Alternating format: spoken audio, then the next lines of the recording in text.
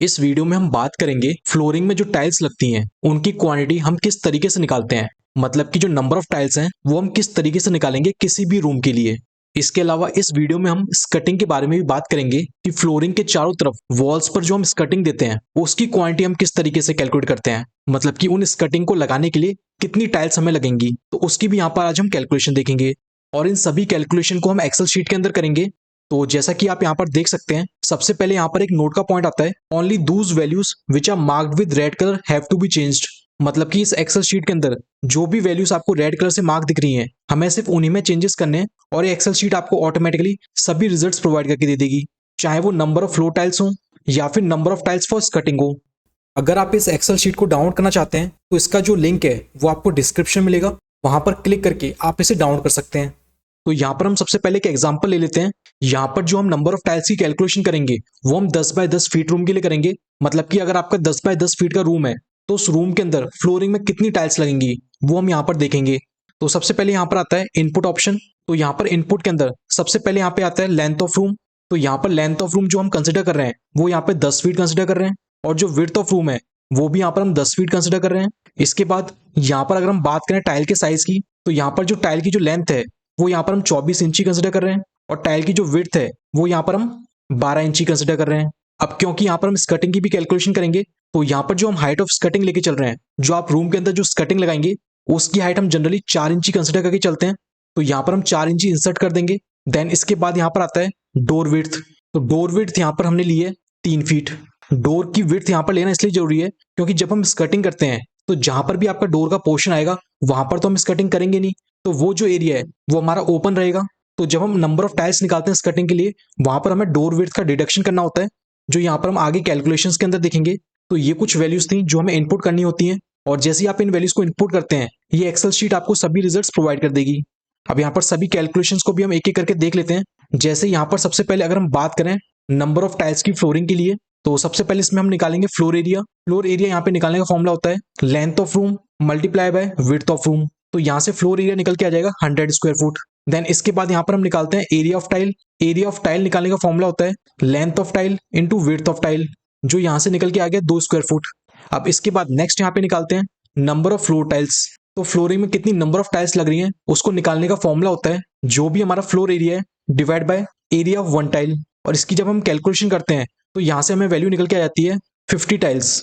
मतलब कि 50 टाइल लगेंगी 2 फुट बाय 1 फुट की 10 बाय 10 रूम के लिए।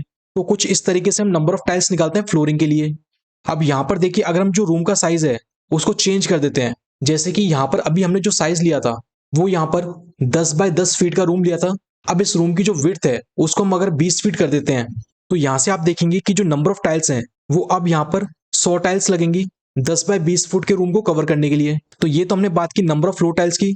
अब यहाँ पर हम बात करते हैं टाइल्स फॉर स्कटिंग की, कि स्कटिंग में जो टाइल्स लग रही हैं उनकी कैलकुलेशन हम किस तरीके से करते हैं। तो सबसे पहले यहाँ पर हम निकालेंगे पेरीमीटर ऑफ रूम। तो पेरीमीटर ऑफ रूम यहाँ से निकल के आ जाएगा 57 फीट। और पेरीमीटर ऑफ रूम निकालने का फॉर्मूला होता है आपको सिंपली यहाँ पर जो रूम की जो लेंथ है उनको एड ऑन कर देना है। अगर इसमें आपके डोर्स आ रहे हैं तो आपको सभी डोर की विड्थ को टोटल लेंथ में से डिडक्ट कर देना है, क्योंकि वहां पर हम स्कटिंग करेंगे नहीं, वो आपका एरिया ओपन रहेगा। तो अगर 10 बाय 20 फीट के लिए अगर हम देखते हैं तो यहाँ से पेरीमीटर निकालने का फॉर्मूला हो जाएगा इस वॉल की लेंथ यहाँ पे 10 फीट आ गई, इसके पैरेलल वॉल की भी लेंथ यहाँ पर 10 फीट आ गई, और इसके जो अपोजिट की जो वॉल्स हैं इनकी लेंथ यहाँ पे 20 फीट है। तो 10 + 10 + 20 + 20 मतलब कि 60 फीट यहाँ पे पेरीमीटर निकल के आ गया। अब इसमें से हम डोर की विड्थ को डिडक्ट कर देंगे जो यहाँ पे 3 फीट है, तो 60 - 3, तो यहाँ से 57 फीट निकल के आ जाएगा perimeter of room. Perimeter of room के बाद नेक्स्ट पॉइंट इसमें आता है एरिया ऑफ स्कटिंग। यहाँ पे एरिया ऑफ स्कटिंग निकालने का फॉर्मूला होता है height of skirting multiply by perimeter of room. Height of skirting की वैल्यू हमने ऑलरेडी यहाँ पे इनपुट कर दी है, जो हम यहाँ पे 4 इंची ले रहे हैं। तो यहाँ से जो एरिया ऑफ स्कटिंग है वो निकल के आ जाएगा 19 स्क्वायर फुट। अब इन दोनों वैल्यूज की हेल्प से हम यहाँ पर नंबर ऑफ टाइल्स निकाल देंगे फॉर स्कटिंग। तो इसका फॉर्मूला होता है area of skirting divide by area of one tile. तो एरिया ऑफ स्कटिंग यहाँ से 19 स्क्वायर फुट निकल के आ गया, और एरिया ऑफ वन टाइल हमने ऑलरेडी कैलकुलेट कर रखा है दैट इज 2 स्क्वायर फुट। तो यहाँ से जो नंबर ऑफ टाइल्स है फॉर स्कटिंग वो यहाँ से 10 नंबर निकल के आ जाएगी, मतलब कि 10 टाइल आपको लगेंगी स्कटिंग के लिए। इसके अलावा जब भी हम कैलकुलेशन करते हैं तो कैलकुलेशन में हम वेस्टेज को भी इंक्लूड करके चलते हैं, क्योंकि हम मान के चलते हैं कि कुछ टाइल्स हमारी वेस्ट जाएंगी, जैसे कि कहीं कोई टाइल टूट जाती है या फिर कोई पीस हमारा वेस्टेज के तौर पे चले जाता है, तो उस केस के अंदर हम 10% वेस्टेज इंक्लूड करके चलते हैं।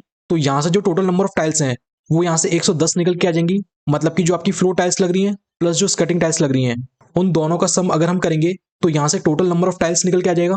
इस टोटल नंबर ऑफ टाइल्स का यहाँ पर जो 10% निकल के आएगा वो यहाँ पे 11 निकल के आएगा। तो यहाँ पर 11 टाइल्स लगेंगी जो हम वेस्टेज में इंक्लूड कर रहे हैं। अब यहाँ से जो total number of tiles required है वो यहाँ से निकल के आ जाएंगी 110 प्लस 11 दैट इज 121। मतलब कि फ्लोरिंग में जो नंबर ऑफ टाइल्स लगेंगी इंक्लूडिंग स्कर्टिंग वो यहाँ पर 121 टाइल्स लगेंगी। तो कुछ इस तरीके से हम नंबर ऑफ टाइल्स कैलकुलेट करते हैं फॉर फ्लोरिंग। इंजीनियर्स, अगर आप कंस्ट्रक्शन या डिजाइनिंग फील्ड से बिलोंग करते हैं तो इंफ्रा स्किल अब लाया है आपके लिए एक ऐसा प्लेटफॉर्म जहां पर आपको मिलेंगी कंस्ट्रक्शन ई बुक्स और फॉर्मुलेटेड एक्सेल शीट्स, जैसे कि excel sheets for bar bending schedule calculation, चाहे वो कॉलम का बीबीएस हो, स्लैब का बीबीएस हो या किसी और आरसीसी मेंबर का।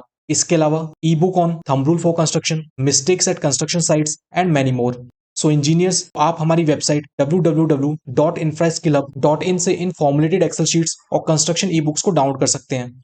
आप हमारे इंस्टाग्राम अकाउंट को भी फॉलो कर लीजिए, जहां पर हम आपसे कंस्ट्रक्शन रिलेटेड नॉलेज शेयर करते हैं।